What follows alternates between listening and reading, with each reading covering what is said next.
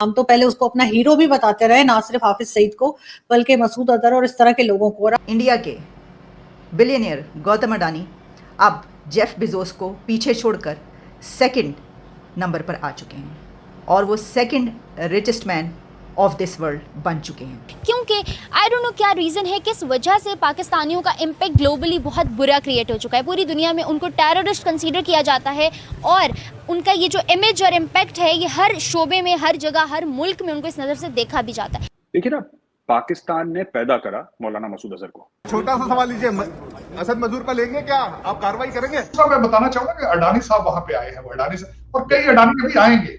उसकी वजह ये है, देखें, एक तो नेशनलिज्म की बात कर रहा था। Whenever you meeting someone and उनको पता चल जाए कि that person is a Pakistani or a Muslim, तो उसके जहन में पहली बात यही आती है। किस तरीके से पाकिस्तान टेररिस्ट्स को सपोर्ट करता चला आया है, आज से नहीं कई सालों से। जो पाकिस्तानी है वो डिफरेंट कंट्रीज में जाके अपने आप को इंडियन भी शो करवाते हैं ताकि उनको अपॉर्चुनिटीज मिल सके, वो वहाँ पे सरवाइव कर सके। फोर्ब्स मैगजीन कहता है कि उनकी जो मेरा ख्याल है नेट वर्थ है वो तकरीबन $159.9 बिलियन। इंडिया ऐसा $5 ट्रिलियन की इकोनॉमी बनने जा रहा है, ठीक है? आप 500 बिलियन पे नहीं। खैर आओ यार, सैनिटाइजर के नशे करना बंद करो और शुरू करते हैं बिना किसी बकचोदी के। अगर उनका एक बंदा जो है इंडिया का, जैसे रतन टाटा हो गया, वो उसके अकेले के पास इतना पैसा कि पाकिस्तान के पूरे कौमी खजाने के पास उतना पैसा नहीं है। उनकी आईटी एक्सपोर्ट इतनी ज़्यादा है कि पूरे पाकिस्तान की जीडीपी उतनी नहीं है। अब मुझे बताएं मैं क्या करूं? अगर मैं गलत हूं तो आप मुझे बता सकते हैं कि मैं गलत हूं। मैं फैक्ट्स के ऊपर बात कर रहा हूं। तो भाई G20 समिट इंडिया के अंदर होगी, अगर आपने रोक ली मुझे भी बता देना कि हमने रोक ली है। आपके कहने पे यहाँ पे बस नहीं रुकती तो G20 समिट क्या रुकेगी? तो बस ये मेरे ख्यालात हैं G20 समिट के बारे में। इंडिया में होगी, दोबारा भी होगी, उसके बाद भी होगी। देखें इंडिया, हम कह रहे हैं जी रशिया पे पाबंदियाँ लगी, हम तेल नहीं ख़रीद सकते, तो इंडिया आगे अफ़गानिस्तान से तेल ख़रीद रहा है। बताएं, उनके लिए पाबंदियाँ नहीं लगी। हम जो है डरते हैं, हम बेकारी हैं, बेकारियों की कोई भी इज्जत। बताती चलूँ कि इस वक्त मेरे सामने फोर्ब्स ओपन है और फोर्ब्स में इनकी वर्थ बताई जा रही है। Adani is worth $152.2 billion by Friday afternoon, ये बताइए उन्होंने, अकॉर्डिंग टू फोर्ब्स कैलकुलेशंस।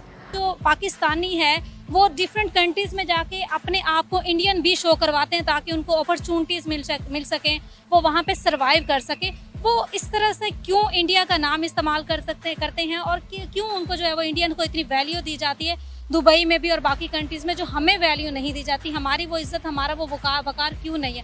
क्यों वो इंडियन का नाम यूज करते हैं? देखिए, इंडिया इस वक्त 1.3 बिलियन की उसकी पॉपुलेशन है, ठीक है?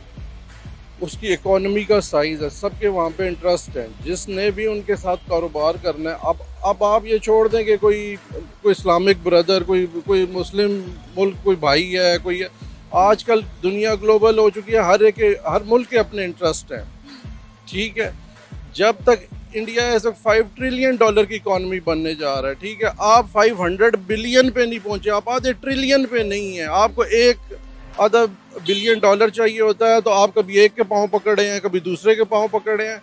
और भाई फ़कीरों की कोई इज्जत नहीं है, ठीक है? पहले आप अपना इकोनॉमिकली अपनी बेस ठीक करें, अपनी इकोनॉमी ठीक करें, आपकी सारी दुनिया में इज्जत होगी, ठीक है? देखिए ना, पाकिस्तान ने पैदा करा मौलाना मसूद अजहर को, उसके लिए भारत का एक प्लेन हाईजैक करवाया। हाईजैक करवाने वाले भी पाकिस्तानी थे।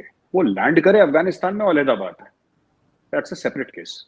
वो कहाँ पे उनका एयरक्राफ्ट लैंड करा, वहां पे ISI वाले थे, फिर उनको सेफ्टी मिले गए।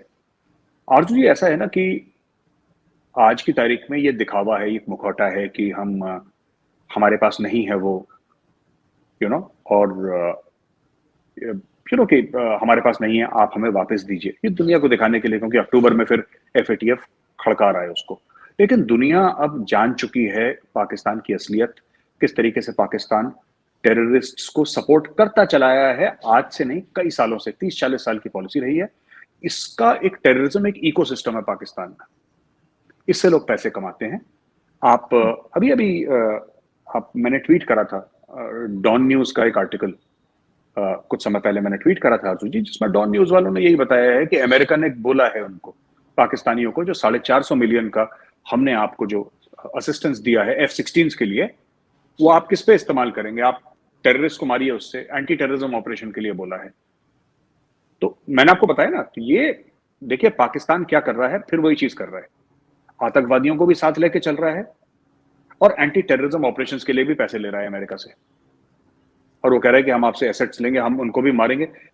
पाल रहा है, मार रहा है, वो दोबारा वो इकोसिस्टम पाकिस्तानी स्टेट ने शुरू कर दिया। तो ये छोटी सी कहानी थी जैश ए मोहम्मद के बारे में। ये मुझे लगता है बिल्कुल फ्रॉड है मामला।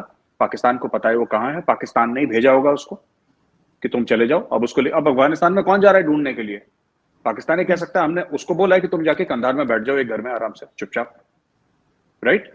और जो एफएटीएफ वाले आएंगे या कोई, वो पाकिस्तान बोल देगा यूनाइटेड नेशंस को कि पूरे पाकिस्तान में आपको इजाजत है, आपको कहीं पर भी जाना है, किसी भी घर में तलाशी लेनी है, आप आराम से जाइए और पूरे पाकिस्तान में ढूंढिए। अगर आपको मिल जाता है मौलाना मसूद अजहर तो आप वहीं पर उसको गोली मार दीजिएगा हमारी तरफ से। पाकिस्तान ऐसा कह देगा, वो है ही नहीं वहां, वो तो अफगानिस्तान में।